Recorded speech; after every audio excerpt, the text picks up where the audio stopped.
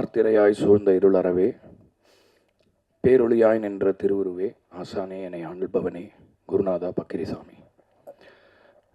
எல்லாருக்கும் மாலை வணக்கம். இப்போ தான் நம்ம ப்ரெஸ் மீட்டும் போது பேசணும். எப்பயுமே வந்து ஒரு நல்ல படம் நம்ம ஜெனுவினாக ஆனஸ்ட்டாக ஒரு ரசிக்கிற வகையில் பண்ணிட்டா மீடியா வந்து அதை எப்படியாவது கொண்டு போய் சேர்த்துருவாங்க. ஸோ என்னுடைய முதல் நன்றி உங்கள் எல்லாருக்கும் இந்த படத்தை ரொம்ப நல்லா அழகாக ஜனங்க மத்தியில் கொண்டு போய் சேர்த்ததுக்கு ரொம்ப கடமைப்பட்டிருக்கேன். அது 3வது முறை சொல்கிறேன்னு நினைக்கிறேன். முதல்ல குட் நைட்டுக்கு சொன்னேன், இப்போ அப்புறம் லவ்வருக்கு சொன்னேன், இப்போது டூரிஸ்ட் ஃபேமிலிக்காக ரொம்ப ரொம்ப ஒரு நெகிழ்வான ஒரு இடத்துல தான் இந்த நன்றி நான் சொல்லியிருக்கேன். ஏன்னா நம்ம வந்து நிறைய காம்படிஷனோடு வந்தோம், நிறையா ஜெயிக்கிறதுக்கான ஒரு சேலஞ்சஸ் இருந்தது. பட் அதையும் தாண்டி மக்கள் வந்து இன்றைக்கி ஒரு புன்னகையோடு இந்த படம் பார்த்துட்டு போகிறது. ஏன்னா வந்து முதல் நாள்லேயே எங்களால் அது உணர முடிஞ்சுது. 2வது நாள்லேயே வந்து ரொம்ப படத்தை பற்றி நிறைய பேசுனாங்க. ஸோ உங்கள் சப்போர்ட் இன்றியமையாது என்றைக்குமே, அதுக்கு என்னுடைய நன்றி சொல்லிக்கிறேன். அண்ட் முதல்ல இந்த வாட்டி நான் தேங்க் பண்ண நினைக்கிறது என்னோடய அசிஸ்டண்ட் சபரி, எனக்காக மிக்ஸ் பண்ண அஸ்வின் அண்ட் என்னோட என்டையர் டீம் ஆஃப் மியூசிஷியன்ஸ் எல்லாருக்குமே நான் நன்றி சொல்லிக்கிறேன். ஏன்னா இந்த படத்துக்கு அவங்க கொடுத்த லவ் வந்து ரொம்ப ஸ்பெஷல். அபிக்கு தெரியும்னு நினைக்கிறேன். ஹி ஹஸ் மெட் every musician was worked on this. எல்லா படத்துக்கும் அதே ஒரு சின்சியரிட்டி தான், அதே நேர்த்தியோடு தான் நம்ம பண்ணுறோம். பட் சில படங்கள் வந்து ரொம்ப நம்மளுக்கு பிடிச்சிரும். எல்லாரும் ஃபேன்ஸாக இருப்பாங்கன்னு சொல்ல முடியாது. ஏன்னா படம் மியூசிக் போடுற லெவலில் வந்து அது கடைசியாக எப்படி இருக்குன்னு தெரியாது. ஸோ அதனால் அவ்வளோ ஒரு லவ்வை வந்து கமாண்ட் பண்ணிச்சு இந்த படம். ஸோ அதனால் அவங்களுக்கு நன்றி சொல்லிக்கிறேன். ராப்பகல் பார்க்காம சோறு தண்ணி இல்லாமல் உழைச்சதுக்கு. நான் இங்கே நின்று பேசுகிறேன், பட் அவங்க இங்கே இல்லை, அடுத்த வேலையை பார்க்க போயிட்டாங்க. ஸோ அவங்களுக்கு நான் நன்றி சொல்ல கடமைப்பட்டிருக்கேன். யுவராஜ் பிரதர், மகேஷ் பிரதர், உங்கள் 2 பேருக்கும் என்னுடைய வாழ்த்துக்கள். நீங்கள் ஜெயிக்கணும் அப்படின்றது வந்து என்னுடைய, அதாவது ஒரு என்ன சொல்கிறது, உங்களுக்கு அது இருக்கோ இல்லையோ, எனக்கு உங்களோட அது அதிகமாக இருக்குது. ஸோ நீங்கள் ஜெயிக்கும் போது ரொம்ப சந்தோஷமாக இருக்குது.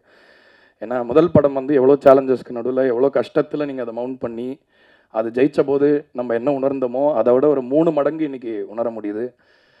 வெளிநாடுகள்லேயும் வந்து இப்படி ஒரு படம் எல்லாருமே பார்த்துட்டு, ஏன்னா அங்கேருந்து கால் பண்ணி நிறைய பேர், ஏன்னா சில படங்கள் நல்ல படங்கள் வந்து வெளிநாட்டில் வந்து எப்போ ரிலீஸ் ஆகும், இப்போ ஆகுமா அப்புறம் ஆகுமான்லாம் கேட்பாங்க.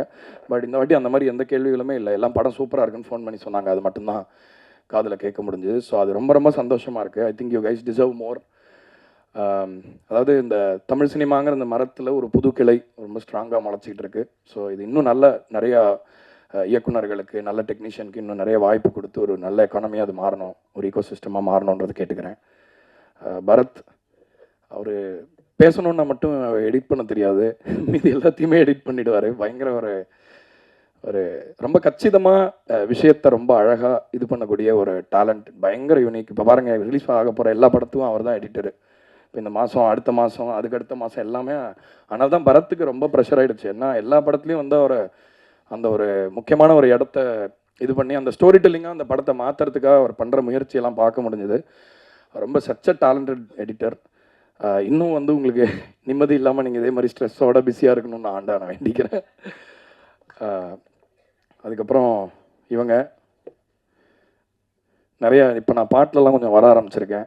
அதிலலாம் நாங்கள் நல்லா தெரியறதுக்கு காரணம் அவங்க தான். ஸோ அதுக்கு ரொம்ப நன்றி. இந்த படத்தில் வந்து கேரக்டர் வந்து, அதாவது ஆள் பாதி ஆடை பாதின்னு சொல்லுவாங்க, இந்த படத்தில் அவங்களோட ஒர்க் அப்படி இருந்தது.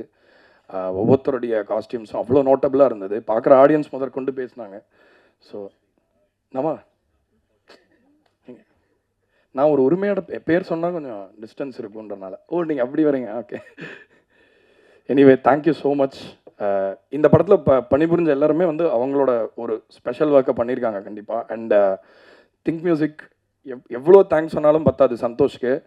ஏன்னா அவர் சொன்னார், முதல்ல அவர் என்னை சைன் பண்ணதுக்கெலாம் சொன்னார். ஆனால் நான் ரொம்ப டார்ச்சர் பண்ணியிருக்கேன் நிறையா அந்த கடைசியாக அந்த மாஸ்டர் கொடுக்குற டைமில். ஏன்னா அப்போ வந்து நம்மளுக்கு பொருளாதார சூழ்நிலை வந்து கொஞ்சம் வீக்காக இருந்ததுனால வந்து நம்மளுக்கு நிறைய சௌகரியங்கள் கிடையாது. டக்குன்னு ஒரு 3 படம் எடுத்து பண்ணுற அளவுக்கு ஒர்க் ஃபோர்ஸும் பெருசாக இருக்காது. எல்லாமே நானே பண்ணுவேன் அந்த டைமில். ஸோ அப்போ ஒரு பெரிய சப்போர்ட்டாக இருந்து எந்த விதத்துலேயும் நம்ம பேர் நல்லா தெரியணும். அண்ட் ஃபஸ்ட்டு நம்ம பாடின ஏதோ ஒரு பாட்டுக்கு வந்து அவங்க சத்யம் தேட்டரில் போட்டாங்க.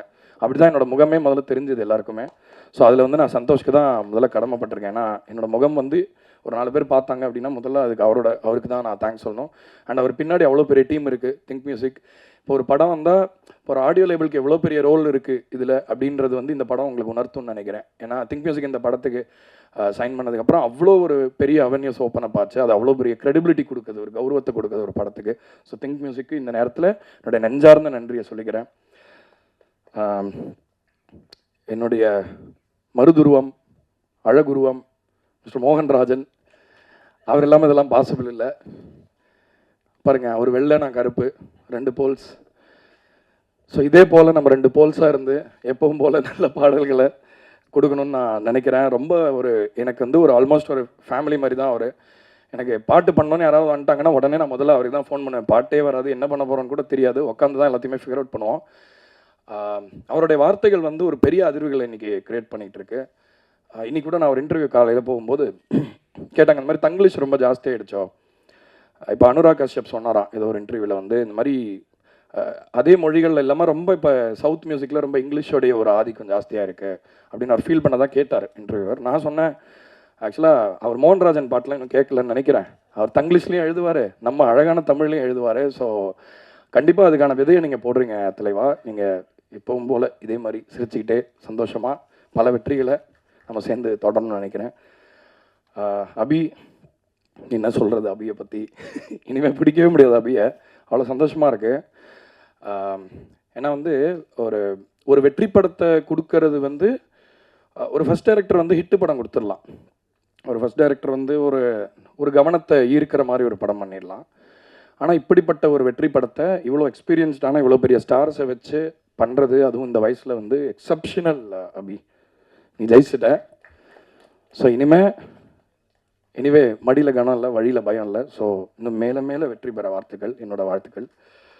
And very special to have Simran ma'am இங்கே இந்த இடத்துல. ஏன்னா அந்த கேரக்டர் வந்து நான் நரேஷன் போது கேட்டேன். அந்த கேரக்டருடைய வந்து அவங்களுக்கு ஒரு ரோல் இருந்தது படத்தில், ரொம்ப இன்ட்ரெஸ்டிங்காக இருந்தது. அப்புறம் I was quite surprised Simran ma'am அந்த ரோலில் பண்ணுறாங்க அப்படின்னோடனே எனக்கு நான் ஒரு ஃபேனாக வந்து ரொம்ப எக்ஸைட் ஆனேன். பட் அவங்க அந்த படத்தில் அந்த கேரக்டருக்கு கொண்டு வந்த அந்த லெஜிட்டிமசி, அந்த என்ன சொல்ல, ஆல்ரெடி கன்னத்தில் முத்தமிட்டாலும் அவங்களோட பர்ஃபார்மன்ஸ் வந்து one of the most outstanding. ஏன்னா நம்ம அன்றைக்கி கூட பேசணும் ஃபோனில். திரும்ப அந்த பொண்ணு கிடச்ச உடனே அவங்க வந்து ரொம்ப நேரம் அவங்க பேசாமல் திட்ட ஆரம்பிச்சிடுவாங்க, உனக்கு நான் என்ன குறை வச்சிருக்கேன், என்ன பண்ணேன் அப்படின்னு சொல்லி. அந்த சீனை இப்போ ரீசெண்டாக கூட நான் பார்த்தேன். அது அந்த மாதிரி ஒரு பர்ஃபார்மர் வந்து இந்த மாதிரி ஒரு ரோல் பண்ணால் என்ன ஒரு பெரிய ஒரு இம்பாக்ட் அந்த படத்தில் இருக்குன்றது வந்து இதுக்கு ஒரு அத்தாட்சி மேம். ரொம்ப ரொம்ப லைக் உங்களை மாதிரி ஒரு லெஜெண்ட் வந்து உங்களுக்கு மியூசிக் போடுறதுனா I have never thought that I will make music for you. I consider it an honour. Thank you so much for being part of this film. And Sasi sir, நீங்கள் இப்போ ஒரு அண்ணன் ஆகிட்டீங்க. ஸோ அதனால் நான் என்னோடய அண்ணனை பற்றி ரொம்ப பெருமையாக பேச முடியாது. இருந்தாலும் அவரோட இந்த சினிமா பயணத்துக்கான ஒரு சரியான அங்கீகாரத்தை இந்த படம் கொடுத்துருக்குன்னு நான் நம்புகிறேன். ஏன்னா வந்து அவர் முதல் படத்தை இயக்கும்போது நிறைய பேசும்பொழுது ஒரு விஷயத்தை நம்ம பார்த்து ரொம்ப ரசிச்சிருவோம். அப்பா அசால்ட் பண்ணிட்டாங்கன்னு நினைப்போம். ஆனால் அது பின்னாடி எவ்வளோ உழைப்பு இருக்குது, எவ்வளோ கஷ்டன்றதெல்லாம் பேசும்போது தெரியுது. ஆக்சுவலாக சினிமாவில் ஜெயிக்கிறது கூட ஓகே, உங்களோட பீரியட்னு சொல்லுவாங்க. 5 வருஷத்துக்கு அவர் இருந்தார், அப்புறம் காணும்பாங்க.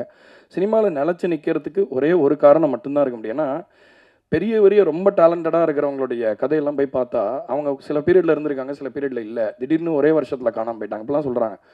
ஆனால் ஒரு சினிமாவில் எல்லாத்தையும் நிலச்சி நிற்கிறதுக்கு ஒன்று மட்டும்தான் போதும், குணம். நல்ல குணம், நல்ல மனசு, டேலண்ட்டை தாண்டி. அதை வந்து நான் உணர்ந்திருக்கேன் அவரோட பேசும்பொழுது. அவரோட சின்ன அக்கறையில் இப்போ சப்போஸ் ஏதாவது நம்மளுக்கு ஏதாவது மற்றவங்க கிட்ட ஏதாவது பேசும்போது கூட அவர் நம்ம எதாவது ஹர்ட் ஆகிற மாதிரி ஏதாவது பண்ணிட்டாருன்னா நம்மளை வந்து ஒரு ஆறுதல் பண்ணுவார். அதனால தான் அந்த கேரக்டர் நின்றுது. அண்ட் அந்த ரமேஷ் வந்து கடைசியில் பேசுகிற டைலாக் அவருக்கு தான் பொருத்தமான டைலாக். ஒன்று பணத்துக்காக யாராவது பின்னாடி வருவாங்க, இல்லை பவருக்காக வருவாங்க.